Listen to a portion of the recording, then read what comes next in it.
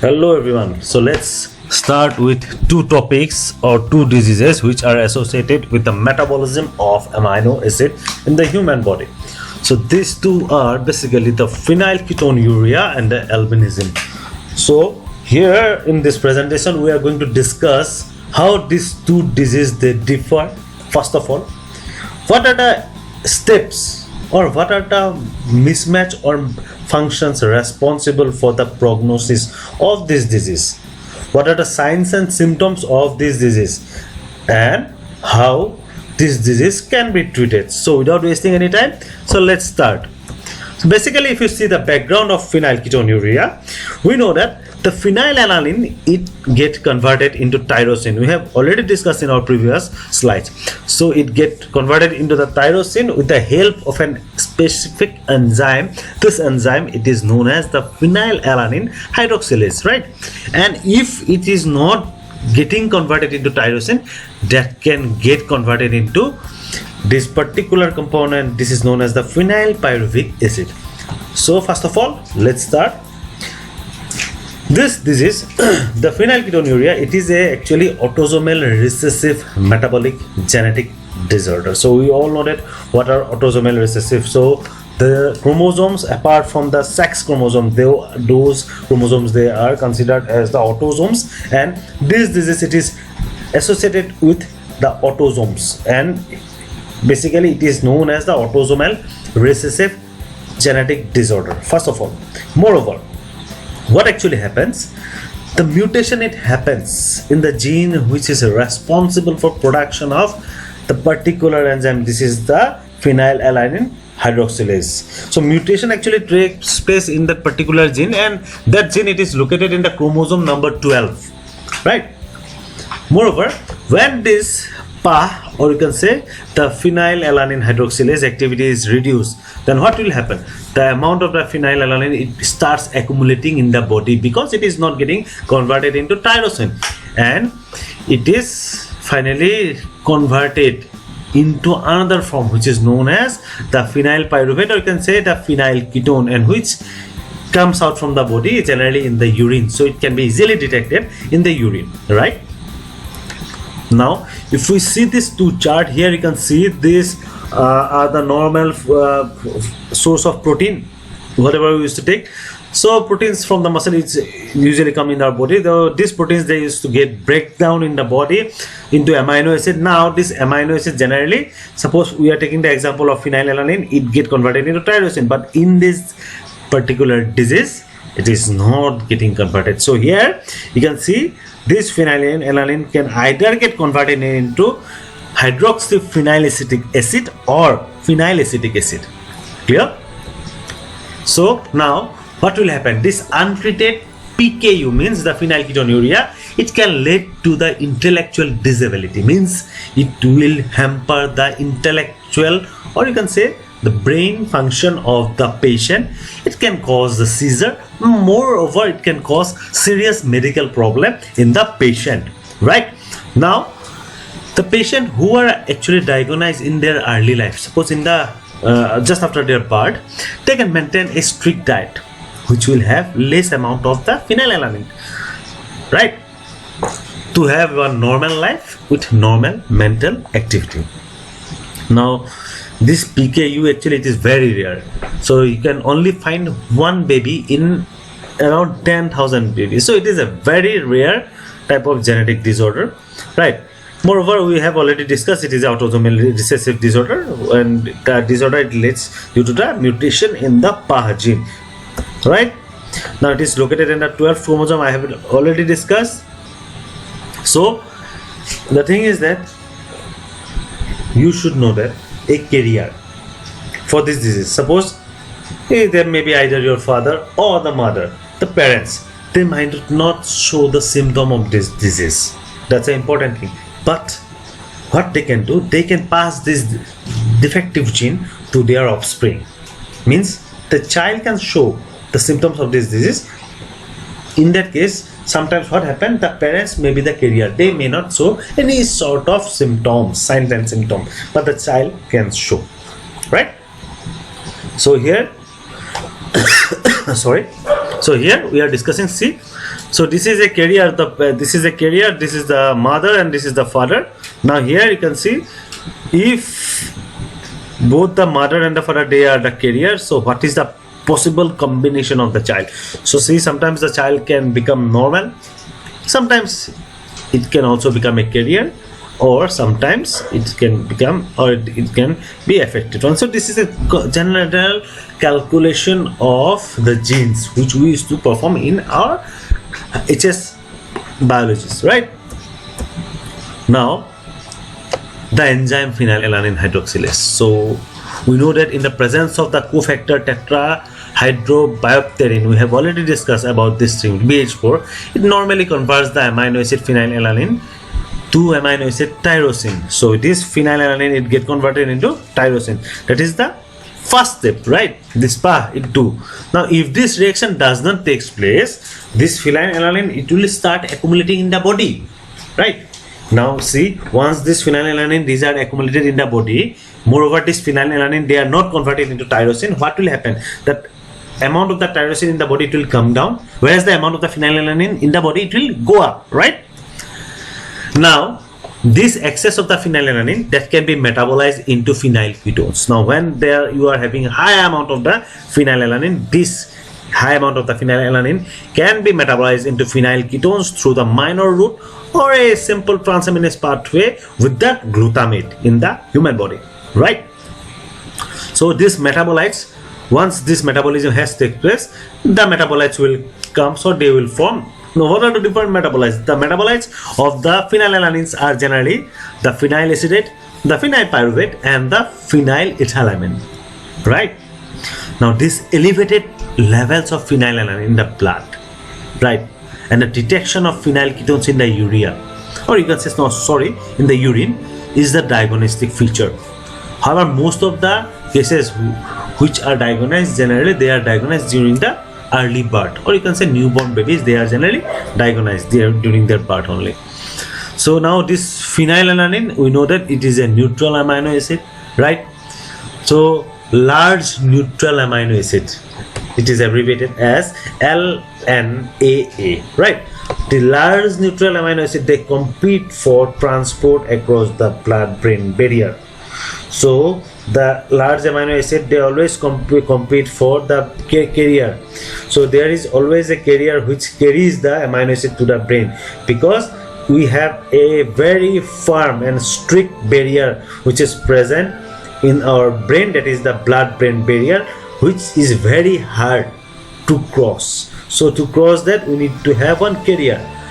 So these large neutral amino acid, they compete for the transport across the blood-brain barrier via the large neutral amino acid transporter. So these are the transporter, amino acid transporter. Now you see, if the phenylalanine, it is in excess in the blood, right? In case of this particular phenylketonuria, if the amount of the phenylalanine, it is more, it will saturate the transporter, means this transporter will have no space ready for other amino acid, because all the spaces has been taken up by the phenylalanine, right? Now this excess level of the phenylalanine, it tends to decrease the level of other large neutral amino acid in the brain. Got it? So now, however, these amino acids are necessary for protein and neurotransmitter synthesis in the brain. So thus you can say the phenylalanine build up in the body, it hinders actually the development of the brain, because it will inhibit the other amino acid to enter the brain, because it will saturate most of the amino acid carrier. This leads to an intellectual disability in the patient. Thus, the normal blood level of phenylalanine, it is just 1 mg per deciliter, but in case of PKU, it is horrible. Sometimes it ranges from 6 to 80 mg per deciliter, but generally it remains higher than 30 mg per deciliter. So symptoms, let's start with the symptoms. So basically, first of all, the patient may suffer from skin rashes. Rashes may form on the skin. The patient may have seizures, right? They may have hyperactivity of the CNS. Moreover, sometimes mental retardation if not treated, right? So prominent cheek and jaw bones, widely spaced teeth, These are the symptoms. Moreover, poor development of the tooth enamel. The enamel of the tooth, it will be poorly developed. Moreover, insufficient phenylalanine may cause mental and physical sluggishness. So it will also may cause loss of appetite. Sometimes the patient may suffer from anemia, varices, or you can say diarrhea. So here I am giving you in a slide. So yes, you see this hyperactivity. What it have? Hyperactivity, it involves the jerking movement in the body. Light pigment, light skin pigment, which will form scale-like structure. The patient may also shows mosey odor. It will give mouse-like odor. The patient body, it will smell like mouse. And moreover, delayed mental and social skill. Moreover, the defective biosynthesis of the neurotransmitter, if it happens, because all the time the brain cannot totally feed on the phenylalanine, right? So if it happens, then it will lead to the progressive motor dysfunction. And this motor dysfunction may lead to the mental retardation, which will ultimately cause the imbalance in the CNS, lead to the microcephaly, and which finally led to the epilepsy, and sometimes death occurs. But the chances is very less. It is less than 1%, right? So screening test and treatment for this. So basically, you see, screening test is very simple. Just take up the urine, because we know that the phenylketonuria, so the phenylalanine, it will be present in this ketone bodies, it will be present in the urine. So just take the ferric chloride, right? Add few drops of ferric chloride to the urine of a newborn baby. If the green color develops, it will just signifies the presence of ketone bodies in that urine, right? But sorry to say, there is no such treatment available for this disease. But yeah, a strictly controlled phenylalanine free diet can be given to age of about 14 years, because after 14 years you can give the phenylalanine, because till 14 years the brain, it will keep on developing in the due time, right? So the phenylalanine itself is an essential amino acid, and small doses must be supplied, but under surveillance. But after 14 years, the growth and development of the brain is not affected by the high level of the phenylalanine in the body. Thus, after 14 years, you can give the diet with phenylalanine. There is no such restrictions, right? Moreover, the patient should not be allowed to have artificial sweetener like aspartame, because this aspartame, artificial sweetener, it is generally made up from the phenylalanine as well as the aspartic acid, right? Moreover, if the PKU, it goes untreated and undetected during the early birth, then in the late time of the years or late time of the life, severe brain problem may occur in such patient. Seizure may occur, mental retardation may occur in such patients. It will lead to the more frequent doctor visit, right? And it requires the definitely the dietary restriction, means the patient, he is or she will be not allowed to have the phenylalanine in a much amount in his diet, right? So permanent monitoring of the blood phenylalanine levels, it is a very common one if it is detected in the late age of the patient. The next one, it is the albinism. So we all know that what is the albinism. So basically, white persons, these are the white persons. This is a genetic disease. So basically, this is a congenital, you can say, disorder characterized by the complete or partial absence of the melanin pigment of the skin, hair and eyes. Means melanin pigments, these are responsible for the color of the skin, hair and eyes. This melanin, because of this melanin, the skin, it becomes brown, right? The iris, it becomes black. The hair, it becomes black, right? Now it will be completely absent in this particular disease. So due to the absence, or you can say defect in the enzyme, which is known as the tyrosinase enzyme, which involved in the production of melanin. So here earlier there was PA. In this case, the enzyme, this is the tyrosinase enzyme, which involves in the production of melanin.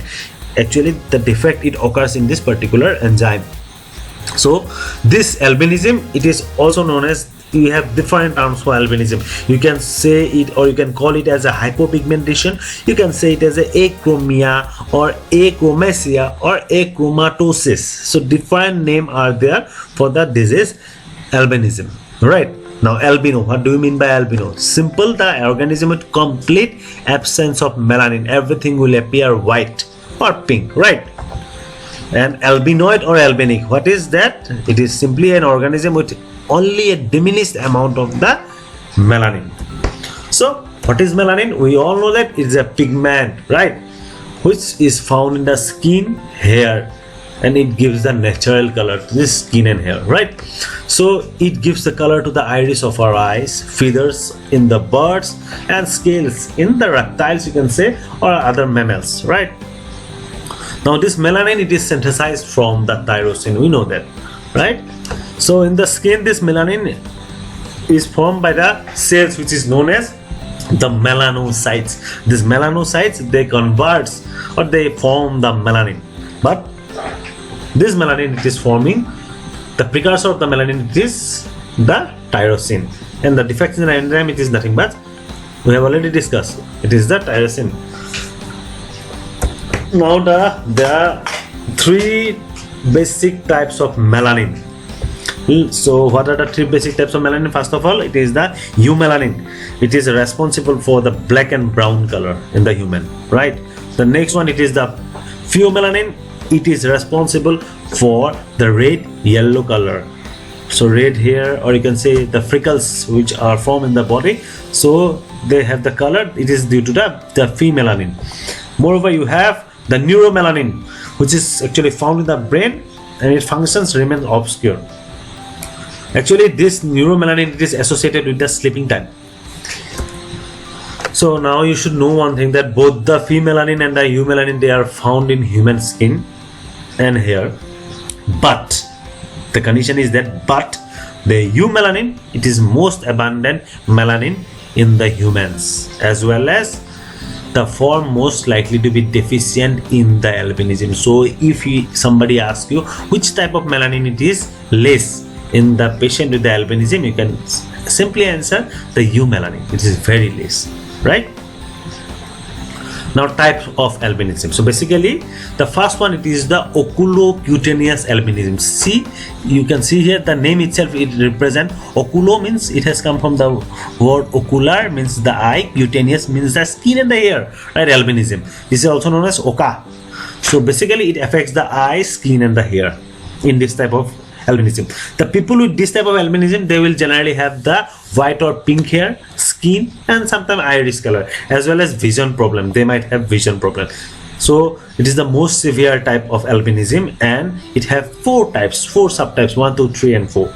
The next type of albinism, it is the ocular albinism. Here only the eyes will be basically affected, right?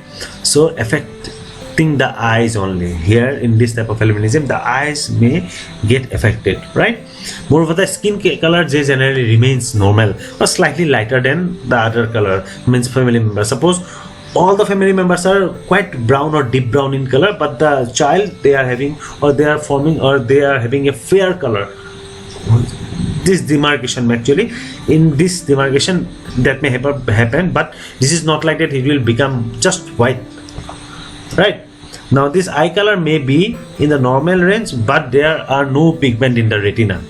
In this ocular albinism, the pigment, it is absent in the retina, right? It have 3 subtypes.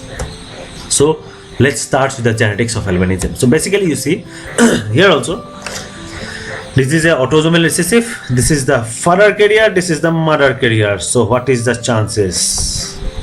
So this type of calculation we have already done in our HS, right?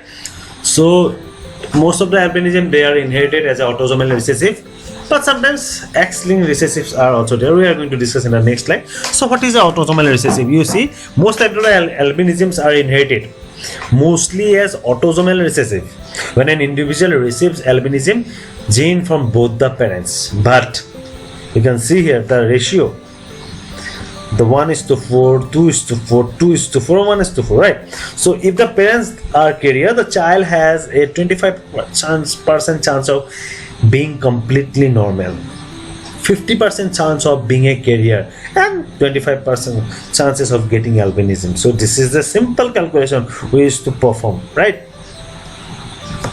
The next type, it is your X-linked recessive. So here you see that this is actually exception. So some types of ocular albinism, that generally occurs via this X-linked recessive. So you can see here the female, if the mother, if she have a X-linked recessive, then this gene can be directly given or transferred to the child, the male child, and the male child may suffer from this particular albinism. Correct?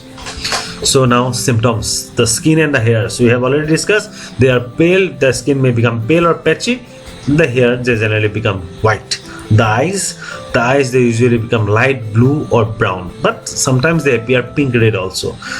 The person will have extremely poor vision, right?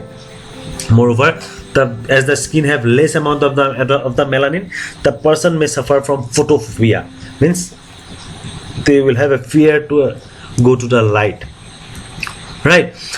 The person may have rapid eye movement. This is also known as the nystagmus.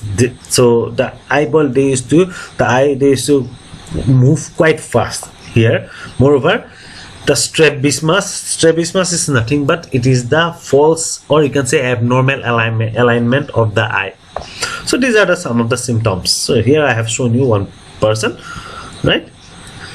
Now the biochemical basis. So although we are taking the classes of, or we are going through the biochemical chemistry, so we should know the biochemical basis. So you see, first of all, the albinism. It is a genetic disease where the melanin pigment it is less or it is totally absent. We know that, right? Now this melanin it is formed from the tyrosine. We have already discussed about this thing. Now this tyrosinase, this enzyme tyrosinase, it breaks down the tyrosine. We have already discussed. So what will be done? Now you see the first step of the biosynthetic pathway for both eumelanin. We have already discussed the most common one, and the phenylketonuria, it is catalyzed by the enzyme tyrosinase. So what is going to happen? You see, the first step, it is nothing but this tyrosine, it is going to get converted into dopa, right?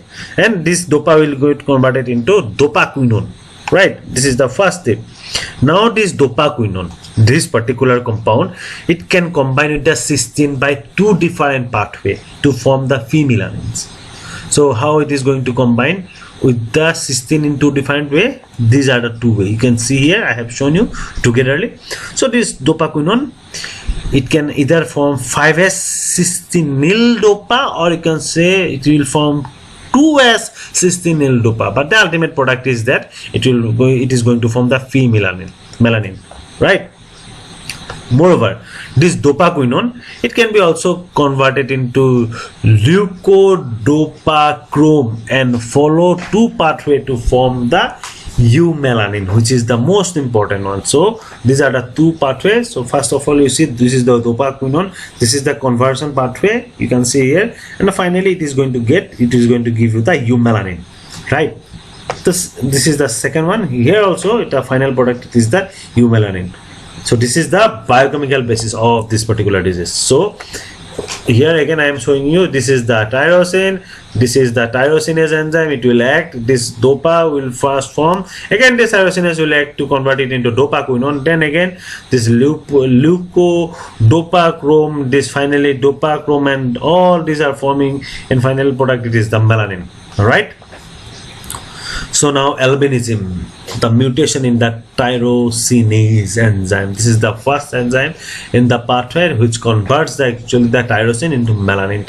So you can see here, this phenylalanine to tyrosine, and this defect in the tyrosinase, it led to the formation of the albinism. It's a genetic disease, right? Now management and treatment, how you are going to treat. As we all know that it's a genetic disease, so no definite treatment you have, but it can somehow makes the patient life better. So this treatment can reduce the symptoms of the disease. So what you can do, this first of all, you should see the skin and the eye, they must be protected from the sunlight, because the melanin is responsible for protection of the eyes and the skin, we know that. But as the patient, they are having less amount of the melanin, this patient can be safe or should be safe from the sunlight, because the sunlight, they generally have the UV lights, right? Moreover, the skin, so for skin, the patient can use the sunscreen creams which will protect the skin, right? Moreover, they can wear UV protective clothing to reduce the sunburn risk. There are different UV protective clothing available in the market, the patient can have it. Moreover, the children, they should receive annual skin assessment to screen for skin cancer relation that could lead to the skin cancer or cancer, because as the you know that as the melanin is less, this melanin is responsible for the protective action over the skin, but as it is less, the sun rays may sometimes, or the UV light presence in the sunlight may lead to the formation of the cancer, right? Moreover, what will be in the case of the eyes, so many children, they will need to wear a prescription glasses. Actually, prescription glasses or lens can be given to protect the eyes or to improve the vision of that person. Moreover, they can wear the dark sunglasses, which are generally the UV protected to prevent or get relief from the photophobia. Moreover, for nystagmus, the rapid eyeball movement, they can correct it with a minor eye muscle surgery. And even for strabismus, that is the false alignment, they can undergo they can approach the ophthalmologist, and in the early time of their life, they can be treated easily with this type of disorder. So this is all from my side. Hope you like the video. If you like the video, just press the like icon. You can share this video with your classmates and colleagues, and for further notification from this channel, just press the bell icon. Thank you everyone.